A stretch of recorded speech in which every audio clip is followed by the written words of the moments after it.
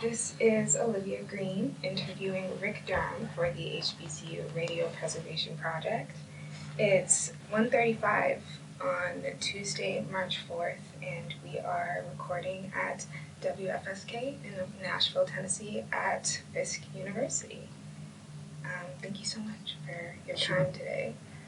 First, can you just state your full name and your relationship to WFSK? Rick Durham. I'm currently engineer here at the station. Take care of all the maintenance. That's about it. And how long have you been here? I don't know, 6, 7 years now.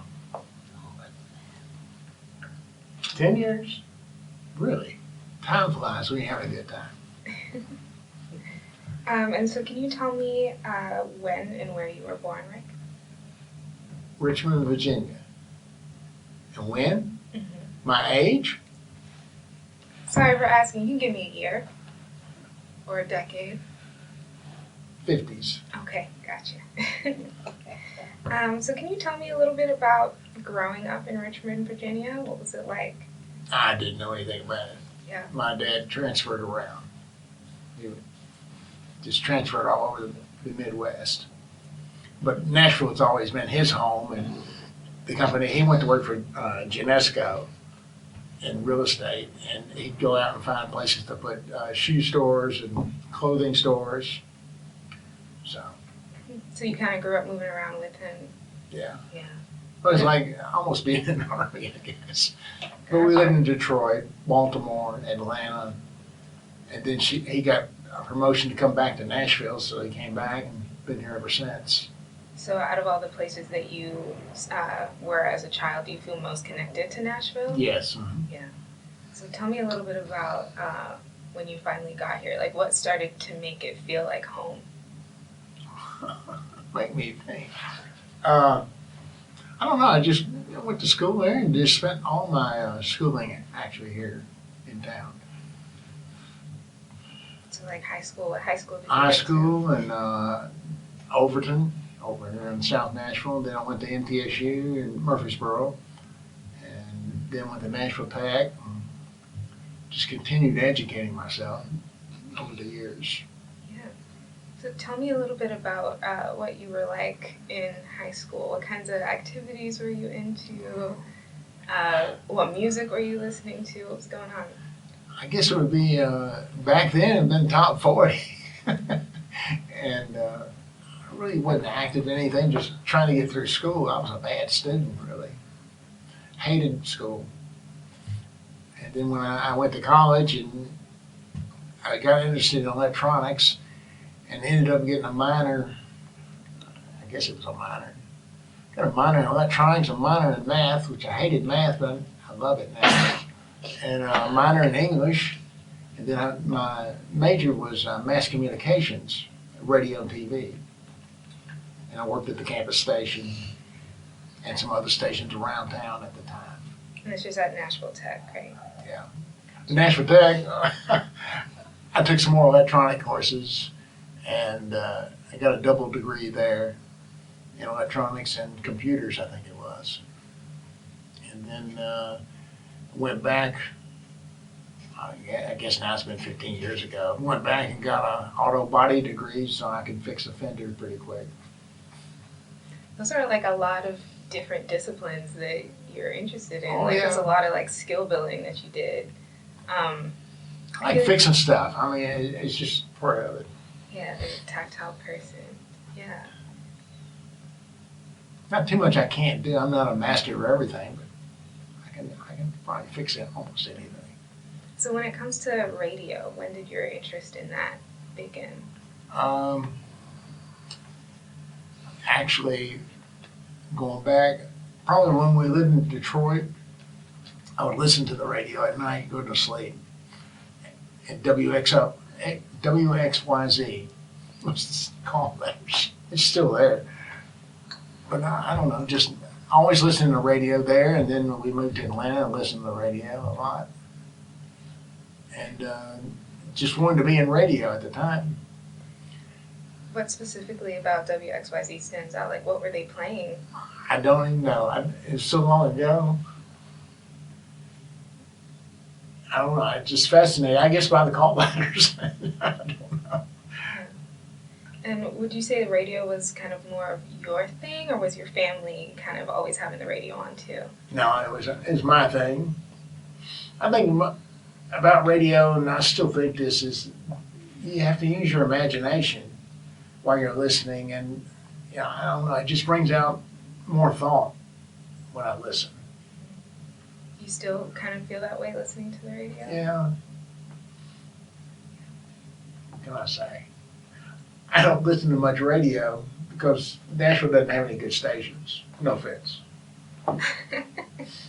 What I want to hear, so I mostly listen on the internet now. So what are some of the stations that you turn to on the internet? One, I like Atlanta's Star 94. They play good variety of music. We should have a station like that here. What kind of music is it? It's middle of the road, not middle of the road, top 40 urban mix. It's on, I mean, you can hear it on, I got it on all my devices. And then I listen to, I'm really big into house music.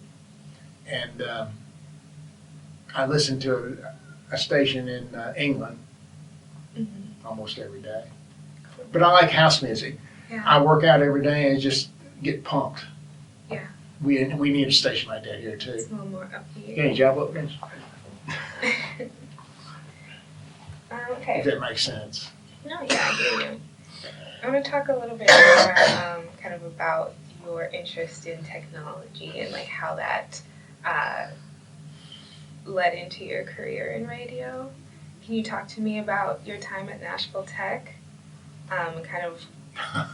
Is there a moment that you kind of realized that this is the direction I want to be going in? It was, I don't know, I always liked electronics because I guess I had to think more about how things work, fix stuff. And you make me go back in archives here.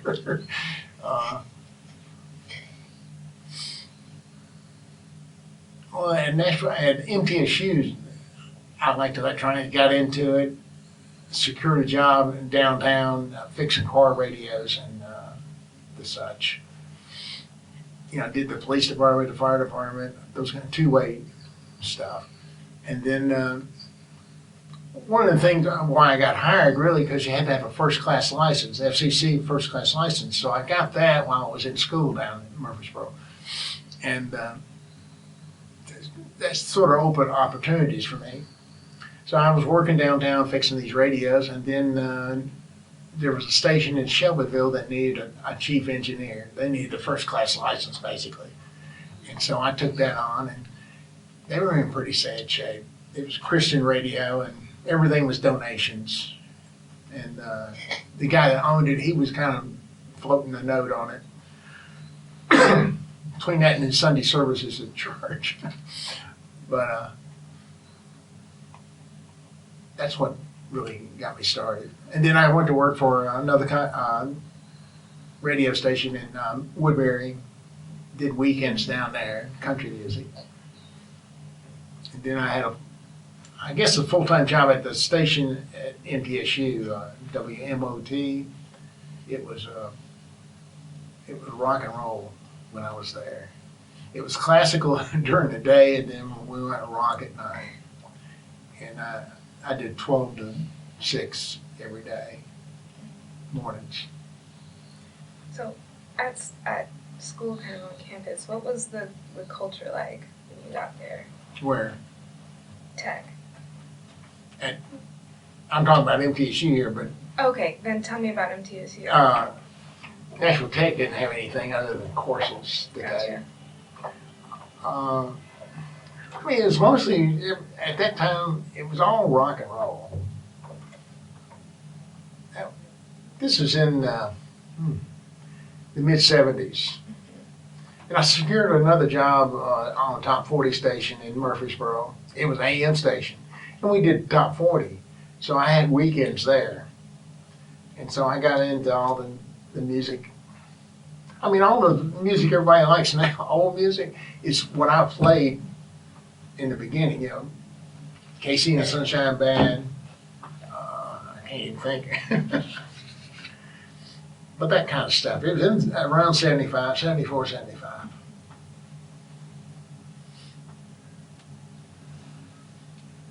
So tell me about kind of your journey to WFSK. That came about through a friend of mine who was an engineer. And at the time, I was a part of an association of engineers. They still meet, but I'm no longer a member of them. But Broadcast Society of Engineers. And he engineered over at Tennessee State, did TV and radio they had over there at the time. And he said they were looking for somebody here. The engineer they had just passed away, and they needed somebody to take his place. And so I just came over and interviewed with Sharon, and here I am. 10 years later, I can't believe it's been 10 years. And what did things look like when you got here? About like they do now. I mean, we got some new stuff. This used to be a card table with 2 mics instead of 6. And the control room looked about the same. We put the sound stuff on the walls to help it.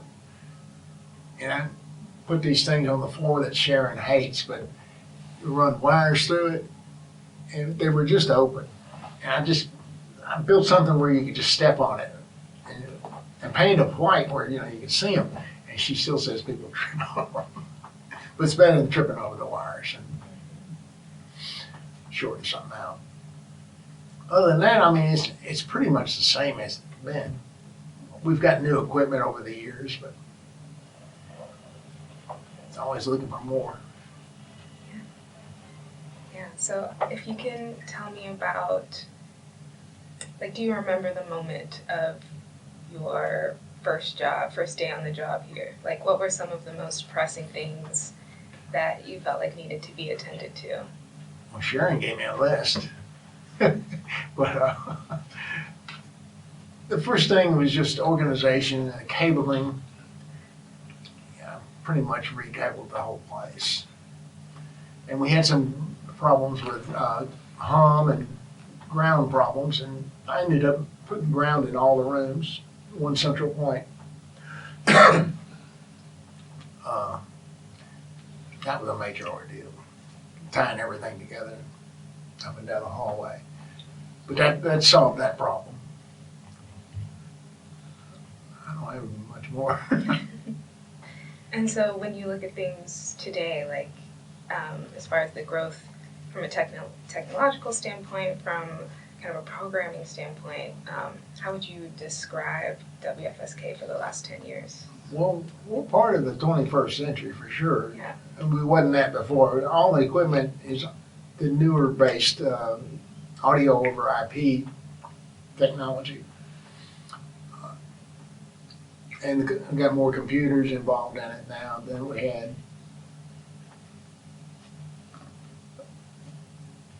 I don't have much more.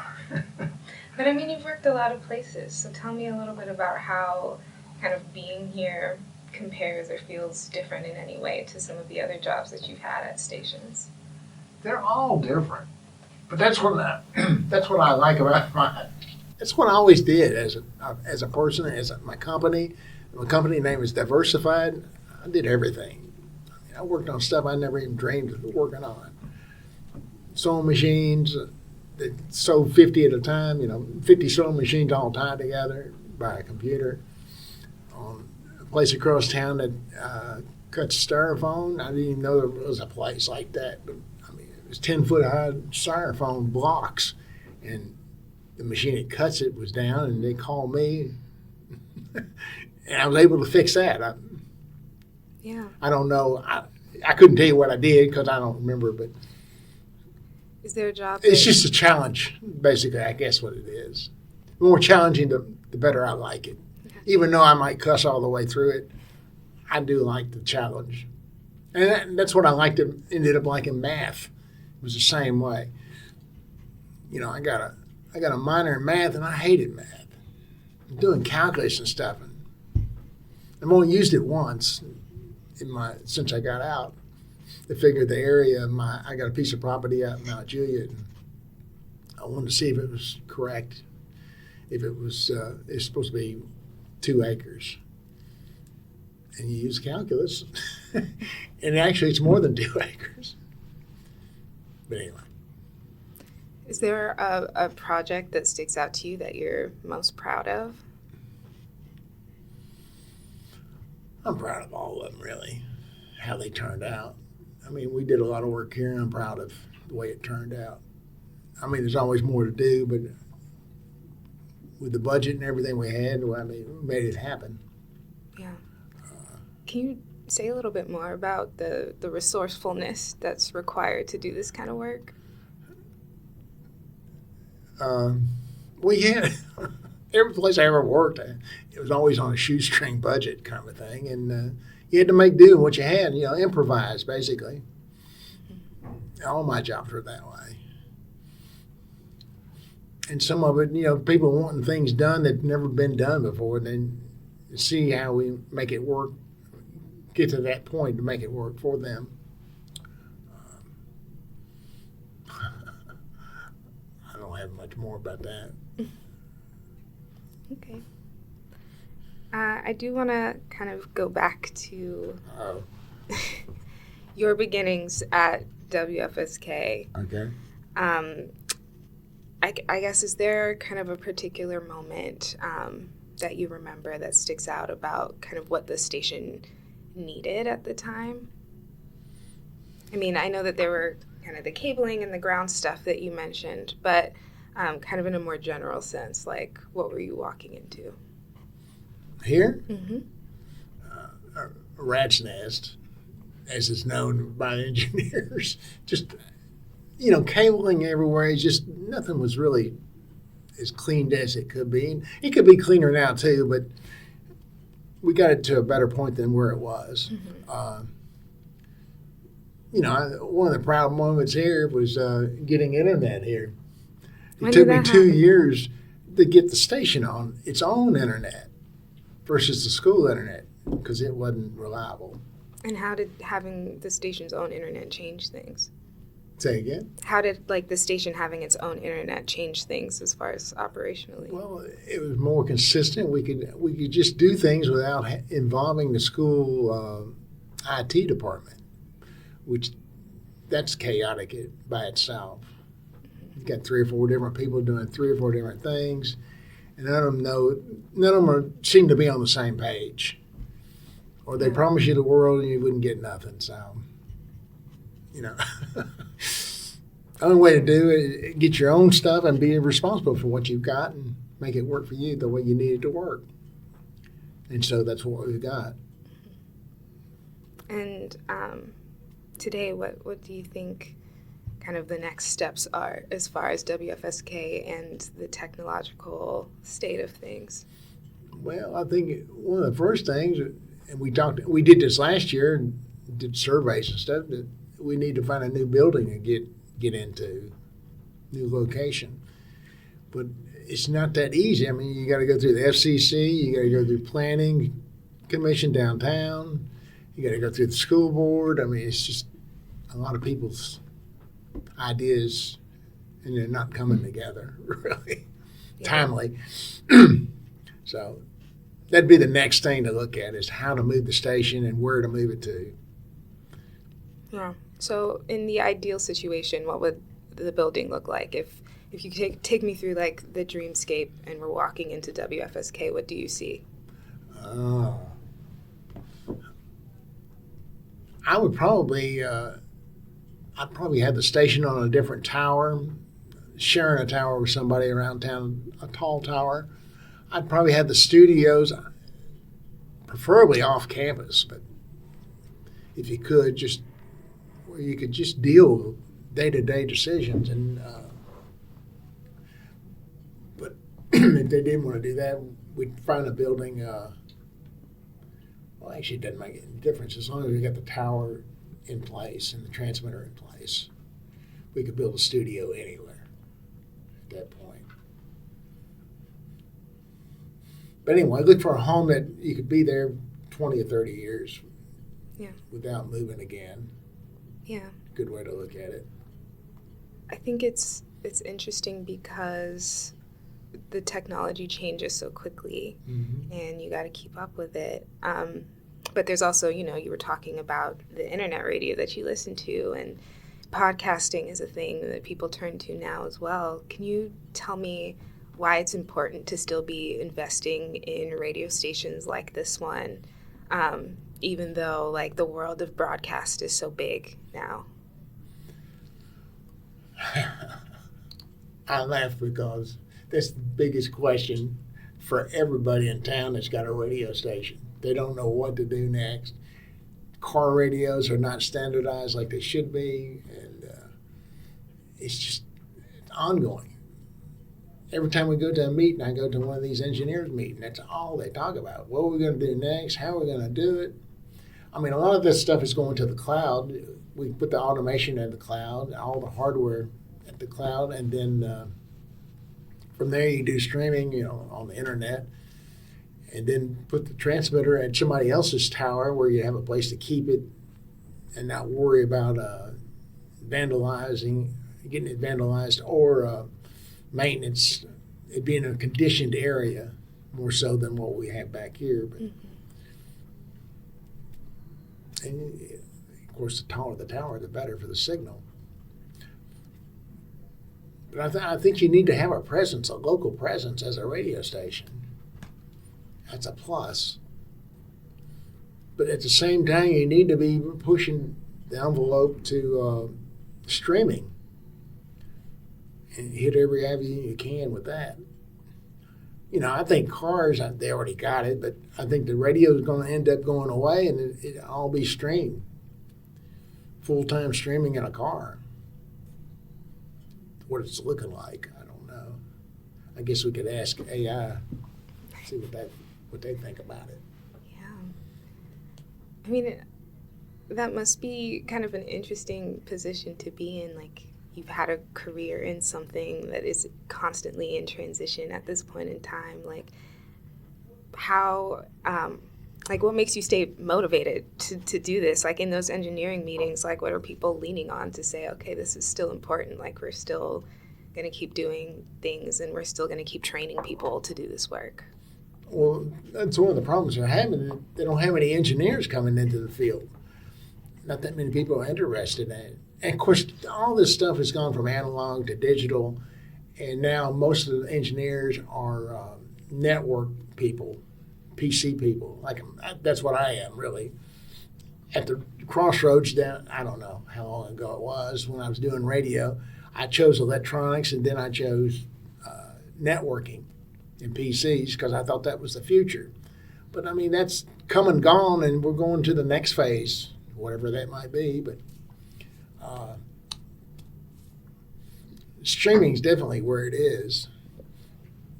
I don't understand how you promote something like that. There's so many streams and podcasts to choose from, and you just happen upon stuff every once in a while. Just like I found stuff on the stream by accident, and then fell in love with it, and I'm there to this day, listening to it. Yeah. I just discovered, not just discovered, but YouTube. I watch more YouTube now than anything. And in the beginning, I thought YouTube was a bunch of crap. People putting up videos. But it's more entertaining than watching a movie. And sometimes you can even see a movie on YouTube. So in what ways is kind of WFSK trying to compete in the new landscape and insert itself? Or what ways do you think it should be? Well, we had this discussion the other day. I found an app on for a phone called Your Tuner, I think is the name of it. And you can key in radio stations and make them favorites, and it comes right up. There's no commercials. I mean, the best app I've seen. It's better than the iHeart or the Tuned In type of app. And anyway, I was talking to Sharon about it, telling her about it, and I thought that she should promote it more. to get people on the air promoted. We're use our app. Since we don't have an app, our own app, you could promote My Tuner and for people that want to be on the go and listen to the station. But it's ongoing. I mean, you got to keep promoting it, whatever you do. The best thing for this station to do would probably write their own app and get their own app, offer it. But of course, there's a lot more entailed than just pounding it out. Yeah.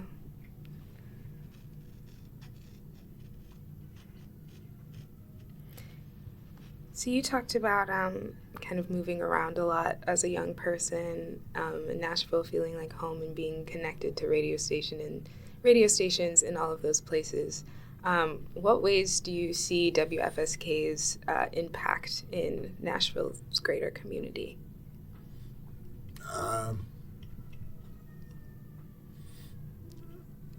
I think it's unique because they got their own sound, jazz and modern jazz, or I don't know the particular flavor, but it's a jazz I can handle myself.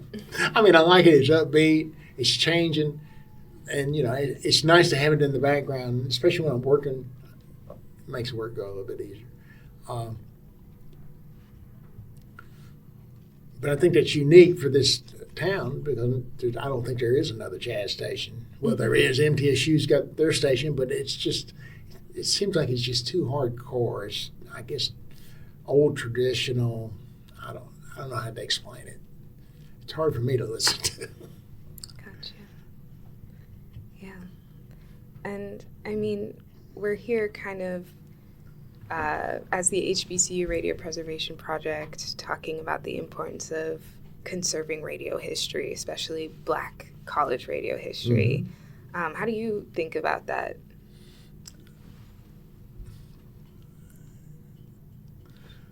To be honest with you, I don't think about it. I mean, I'm being honest about it. I mean, I don't put a color or race on radio station. I put it on the music, the service they provide, and I mean that's just where what I think about it. I think it's important that you keep your history, but sometimes I think it's overdone. I mean, we're moving on, in time, and we just need to get together and live together. Can you say more about that? You said it's overdone. What do you mean by that? No, I'm just curious. Well, sometimes I just think the race card's played too much in society, and I wish it wasn't played that much or it needed to be played. I mean, I think maybe because my upbringing or where I come from or who I'm around, but I don't see a race problem. Myself, I'm not denying it never was one. I'm just saying this time I don't see that. I see people just wanting to live their lives and do what they want to do. They have the freedom, free will. And that's just the way I think about it. Yeah. So when you think about kind of the importance of this station to you personally, can you describe that? Well,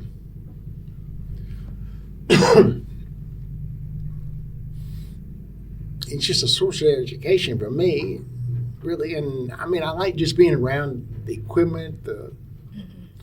It's hard to explain. I love this microphone and the boards. It's just my field. I've always done it. Yeah. So when you think about, 'cause you mentioned kind of that there aren't a ton of engineers coming in and like wanting to learn this, what would be something that you would say to a young person that's kind of interested in technology, maybe in engineering, audio engineering? What would you say to kind of encourage them down this path? What is the value that you found in your career? Oh, yeah. They would have to have a will to want to do it or to learn for themselves. and be interested in the subject of it all. I mean, when I was coming up in this field, I mean, we fixed stuff down to the little chip, and now everything's throwaway. You don't fix stuff, not too much anyway. Yeah. It's not worth fixing. It's hard to get the parts. It's, you know, Amazon came on the scene. They make it so easy to buy something, so it's crazy. Yeah. I mean, you buy these microphones for $10. It might not be as good as this one, but people use them.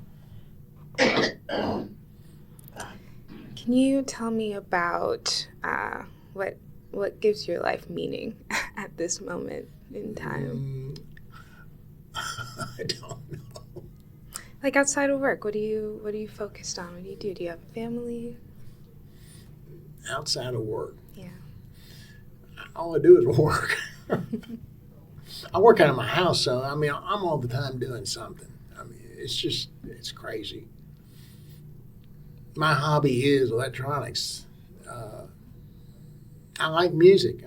I do a lot of recording of music.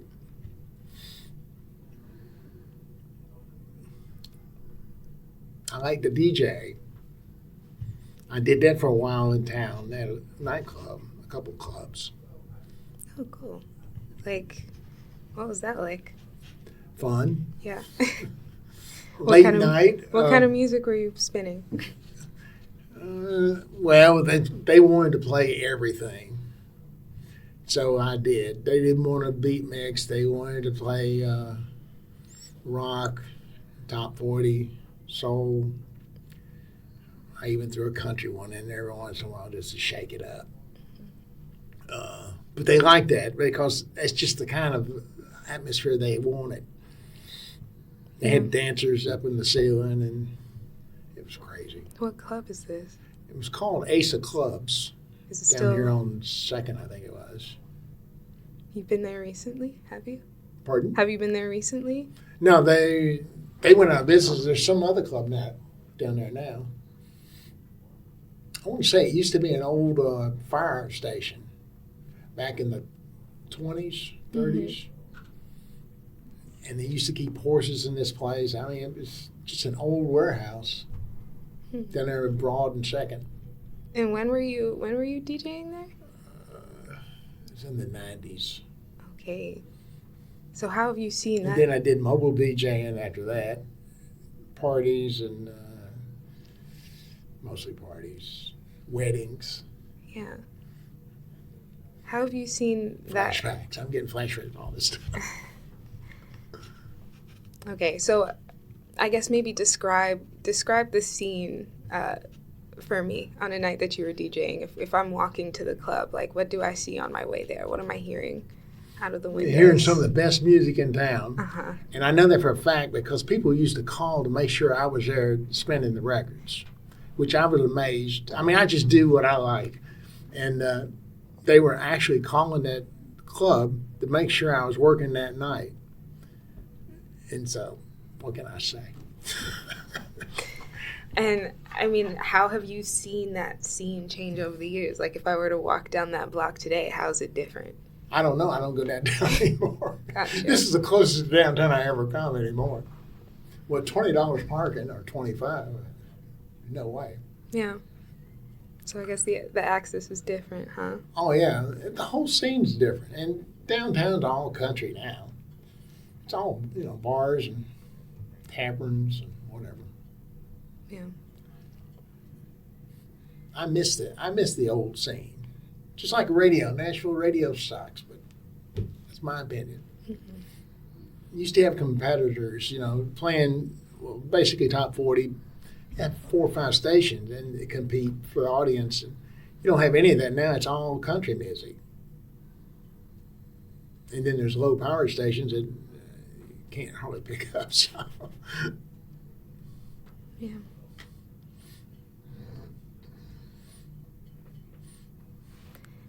Tell me a little bit about what you've learned about yourself as a person working in this industry. Ask hard questions. I don't ever think about that.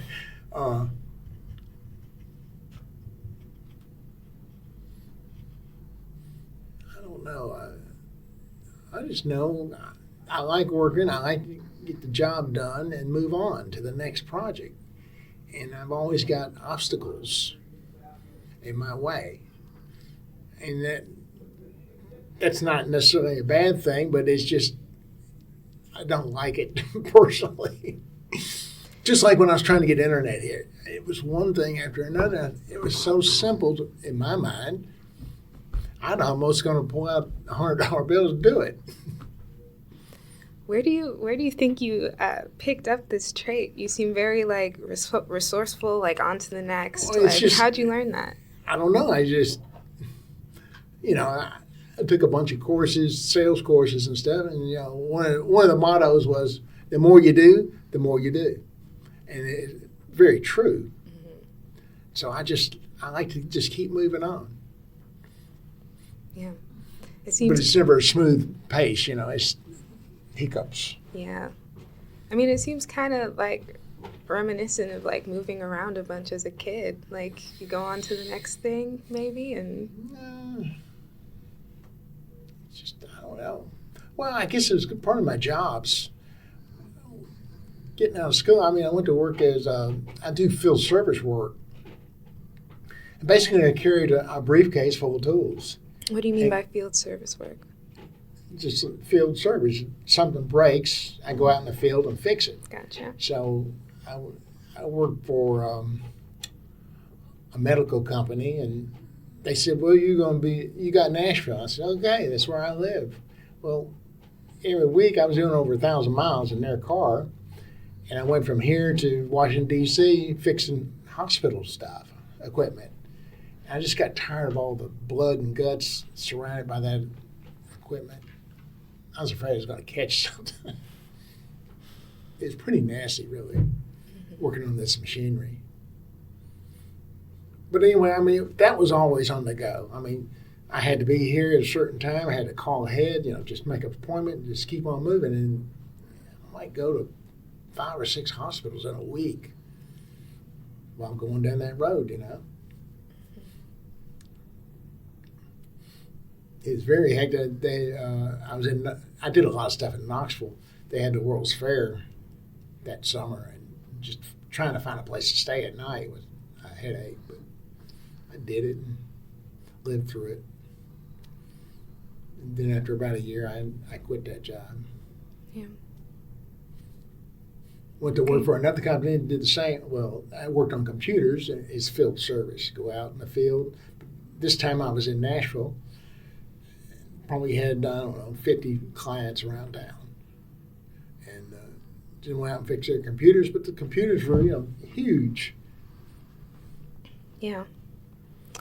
So you're the main engineer or the only engineer here at WFSK? Yes. So how do you think about eventually when you're not here anymore transitioning kind of the leadership of WFSK engineering and technology? What do you think that's going to look like? Without me? Yeah. Oh, it's going to be tough. Going to be tough. That's like hitting the station without Sharon. Be tough. Is there any way that somebody could pick it up, I'm sure, but they're going to have the will to want to do it. You're going to be, that's what I am. I'm a motivator and a self-starter. That's the only reason I've gotten this far in life, because I do that. Yeah. And as far as if you were preparing the person that would do this job after you, what are some things that you think would be most important to tell them kind of out front? I'd probably give them some of my notes. Yeah. Because they don't want to redo everything. It suits themselves. Not everything I did is perfect. It could be probably done better. But I'm good at putting Band-Aids on things when a Band-Aid's called for. Mm-hmm. If you can't go and do it right, then I make it work. So I do that quite often. I still do that in computers. People don't want to pay for whatever's wrong with it. Well, make it work. Yeah. And if this person was coming from kind of a commercial radio station or a bigger station, what would be kind of the main differences that you would point out to them about working here versus somewhere else?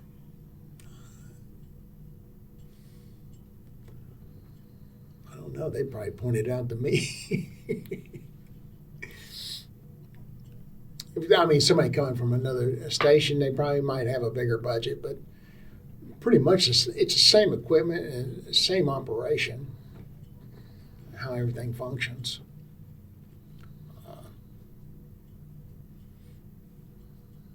That's about it, really. Yeah. Okay.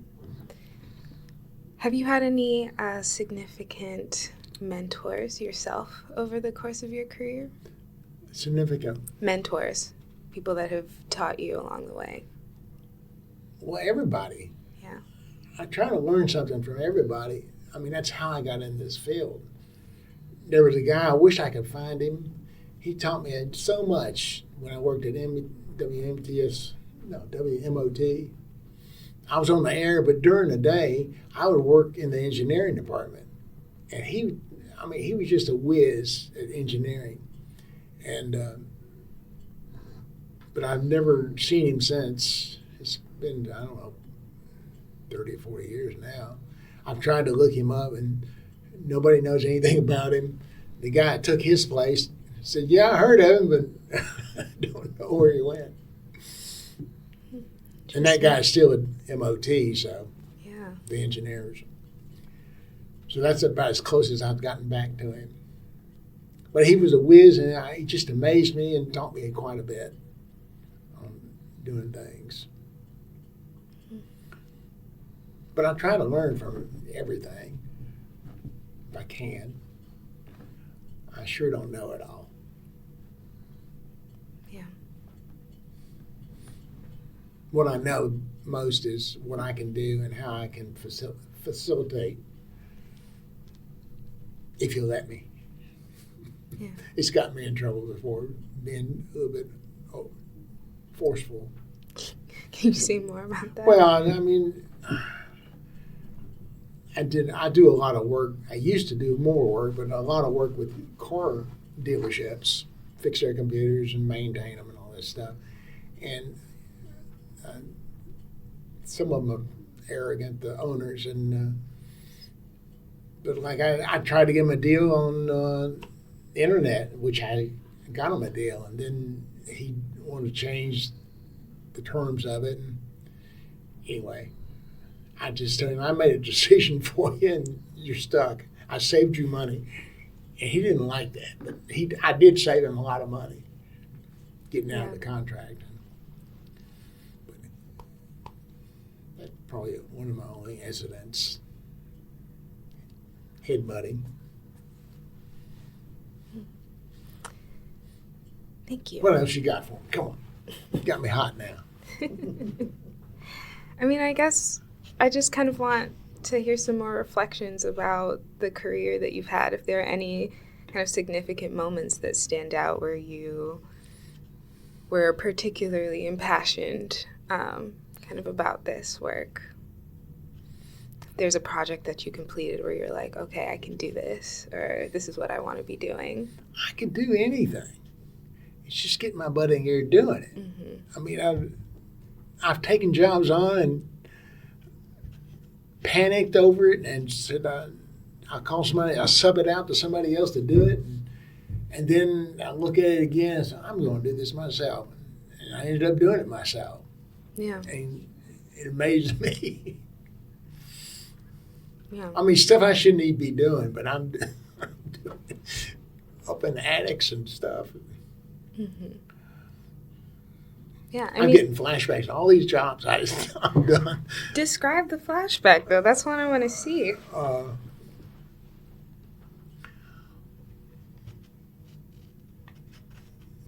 Well, that particular one, it was it was kind of a jail, halfway house. It's up here in Lebanon. Halfway house for kids, and basically a detention center. They were fenced in, and they would have, I think, probably 25 or 30 guys, kids, and they couldn't hit them. I mean, to straighten them out, they getting tantrums and just crazy stuff.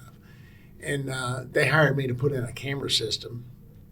So I did that, and that's when I was getting second thoughts about doing it, because having to get up in the attic of these places, big buildings, and I just didn't feel comfortable at the time. But then I got up there and did it and put the camera system in. And I did a good job because they called me back to put some more in about a year later. But I don't know.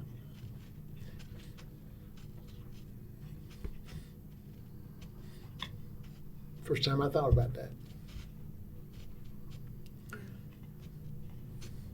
Emotionally, what does that bring up? I can tell you another story if you want to hear it. Please. This is not radio related, but field service engineering. They sent me up.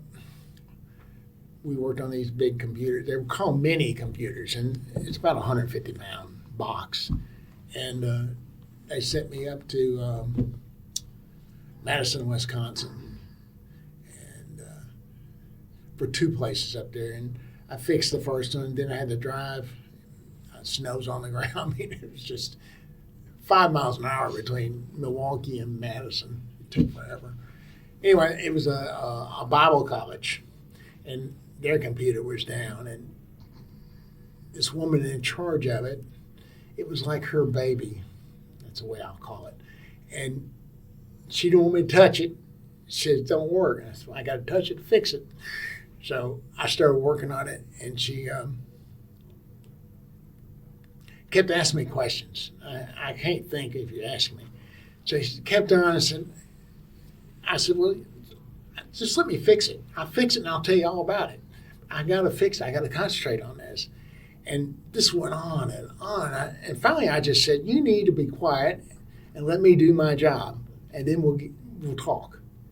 Well, she started crying. Then she called my boss. Well, in the meantime, that gave me a chance to fix this thing. So I fixed it. And then after it was over, I said, I'm sorry I made you cry, but I can't fix something if you're just talking to me all the time. Anyway, I told her what was wrong with it. And I swear, it was like her baby, this computer, because she was head of the whole center. And she was just into it. That's back when data processing was just a big deal. It's not like it is. I don't think it's a big deal these days. But anyway, she called my boss. And my boss called me the next morning and said, what are you doing making that girl cry? And I said, well, I told him what was going on. He started laughing all about it. I mean, it was just a joke within the company. Everybody was happy in the end. I got to come back home. Yeah, I think it's... I mean, that wasn't much. I mean, it's just an incident of things that I've done. And I don't know. Yeah. It's a career of problem solving, it sounds That's like. exactly. Yeah, that's what you're doing. Exactly. Once they sent me out, same company, I ended up taking over this company because they won $300 million or something in a lawsuit, and they said, well, we don't want to do this anymore. So I took over the Mid-South. I had 4 or 5 engineers in 5 or 6 towns. What's the company called? It was called Digidyne Computer Service. It was just a third-party computer company.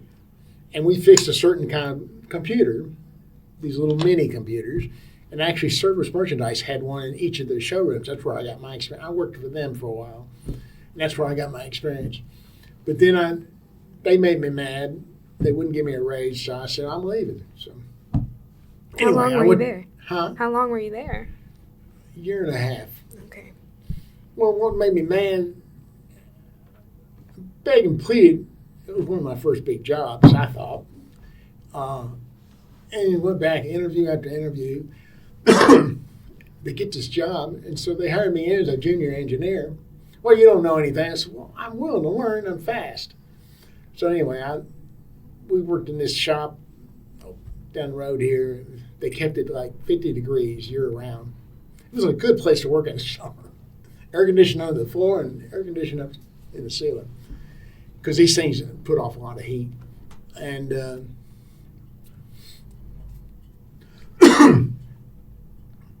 I forgot what I was going to tell you. Certain parts dies. I've lost my train of thought. I'm sorry. No, you're okay. You're I don't talking know where I about was why going they with made you this. mad. Yeah. Oh, because why I left them. That's why. Anyway, they hired me as a junior, and I had a set salary, and all was well and fine because it's the first big job I had. And so then they hired in this guy and made him a senior engineer. He's quite a bit older than I am. And all he was a BSer. BS, BS, BS. And so one day we went on a job, went to a showroom to fix something, and they said, "You're going to be put in charge." I was in charge of this guy that was a senior. That didn't fly with me. I said, "Ain't no way." So I let him on his own, and he blew up something. And then they yelled at me, and I said, "Well, he's the senior engineer. He's the one making all the big dollars." And I mean, I told him just like it was. And anyway, I worked there for about a year and a half, and told them I was leaving. And as soon as I said I was quitting, they said, "We'll give you 15%. I said, "It's too late. Too much of this BS around here." So, and then the head guy there said, "You're going to be sorry you left us." Well, I wasn't sorry. Of course, I went to work for that medical company with all this blood stuff, but it was still a step up, basically fixing stuff.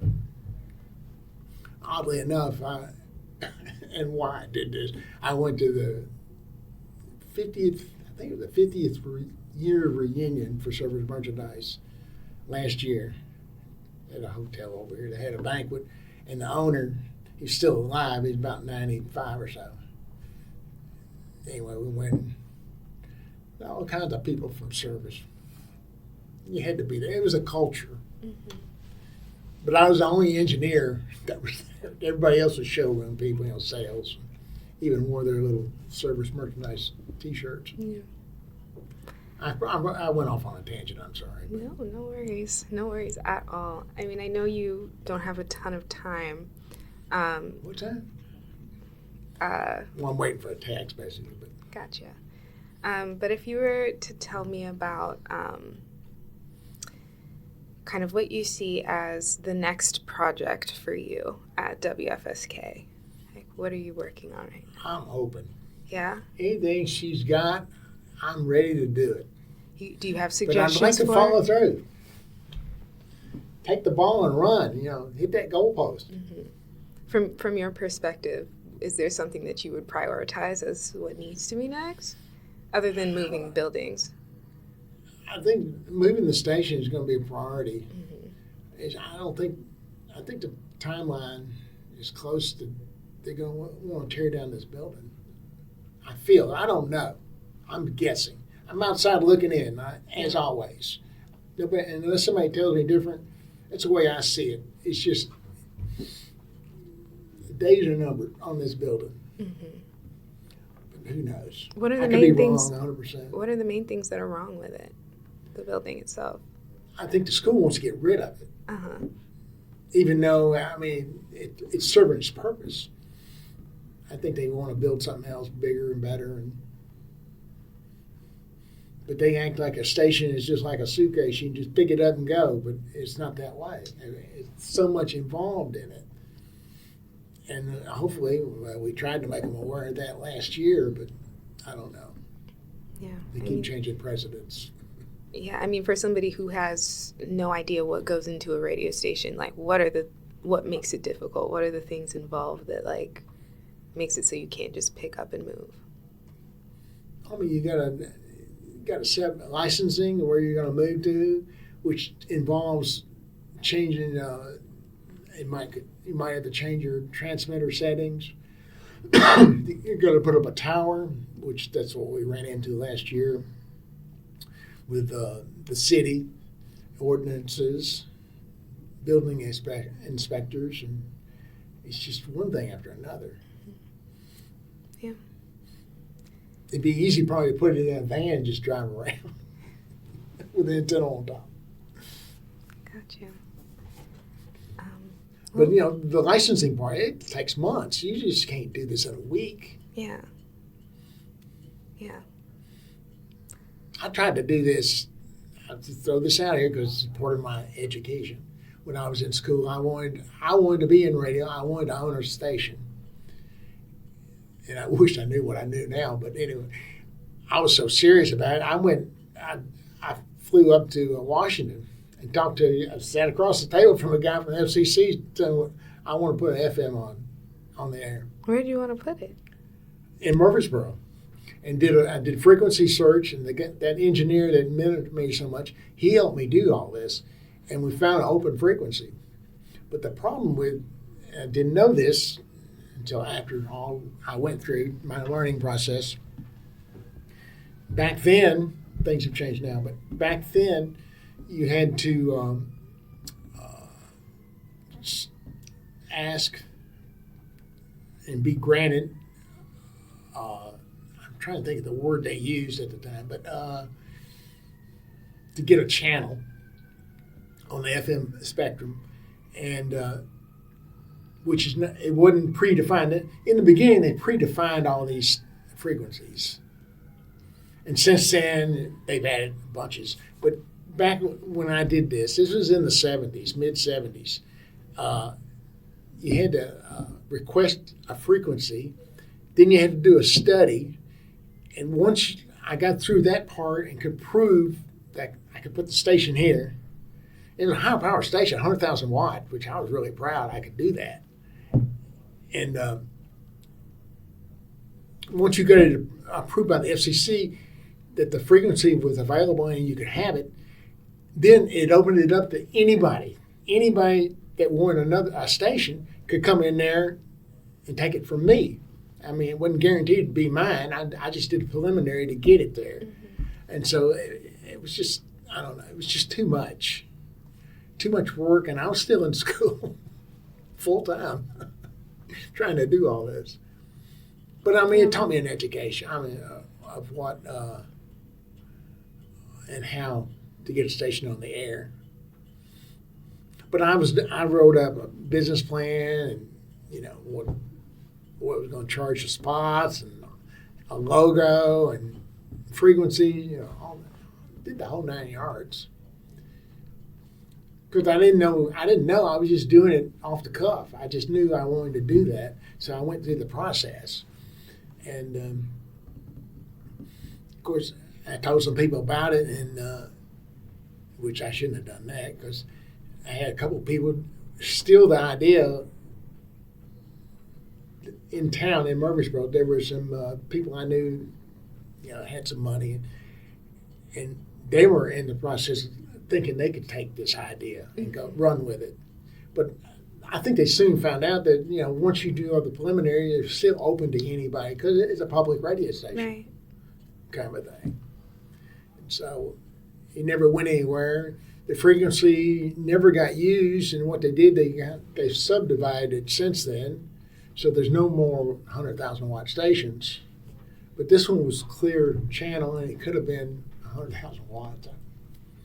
Wow. I was pretty happy and proud of that part of it. Yeah, of course, I had no idea mentally. I mean, because I was still a young guy, I was in school, and, you know, I'm thinking, hey, we'll do rock and roll. It was already rock and roll on the airwaves, but yeah, so I didn't see the bigger picture. How did you imagine your station being different than the ones that were already around? Well, I didn't really think of it that way. I just thought about it, you know, it just play better music and do a better job. Gotcha. Yeah. As I think now. I think the same way now. I think I could do a better job than what's being done. Only because I've been proven right before. You know, with the DJ thing, at the club. I had followers and didn't even know I had them until somebody told me about it. But I was that way in the kitchen too. I used to work in the cafeteria and cook for 900 people a night. Wow. And so they moved me to another cafeteria on campus. And I did all this when I was doing radio too. I mean, I had these different jobs. I'm surprised at myself how much I've done. But when I moved, the crowd moved because my cooking was pretty good. And it was no secret. You just add a little bit more butter and cook it like you cook for yourself, and 900 servings of it. So what do you think? I've gotten off base here. I'm sorry. No, you're okay. Out of all the jobs that you've had, like, which one do you think taught you the most relevant skills for this? And I don't just mean technically, but also like you as a person. The whole thing has played a role in my life. Just learning. You know, I remember I used to talk to my grandparents, and people wonder why I talked to them so much. And my reasoning was, they've got experience. They've already been through all this. And I'd always talk and get in conversation from my grandparents and what they did, how they did it. Very similar to this interview. What did they do?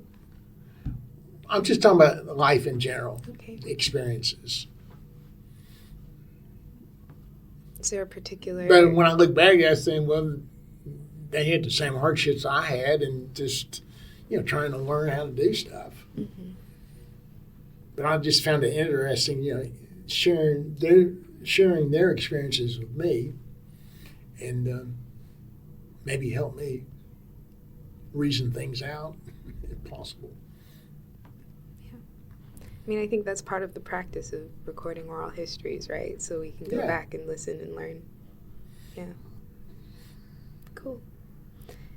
I'm an old dude. And don't want to admit it. Is there anything that we haven't talked about? I'm sure there's a lot we haven't talked about, but anything that you think is particularly important to share for the record about you, about your life, about WFSK? Anything? Not really. I mean, heck, you guys know more about me than most people now. I don't know.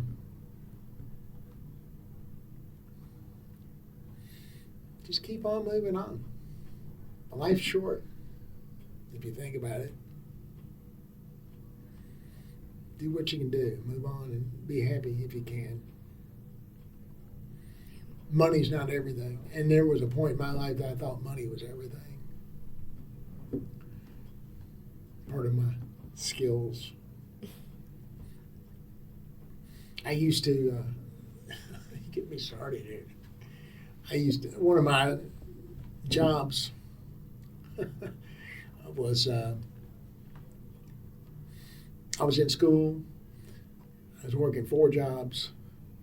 And one of them was I was always in radio.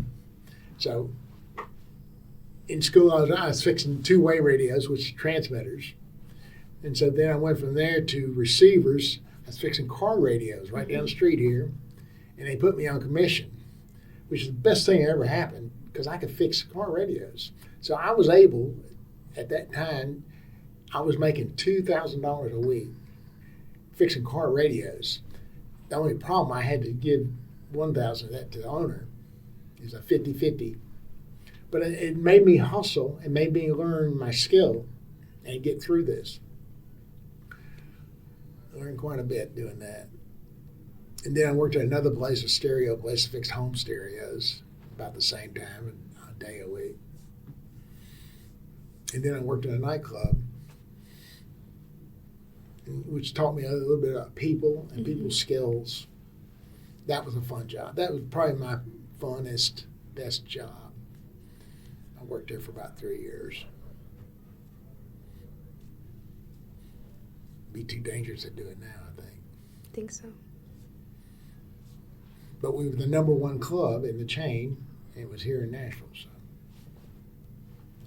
I can't say that. Well, thank you so much, Mr. Sure. Durham. This has been great. I appreciate your time and your story and for chatting with us today. Stories. That's what it turned out to be, isn't it? A bunch of stories.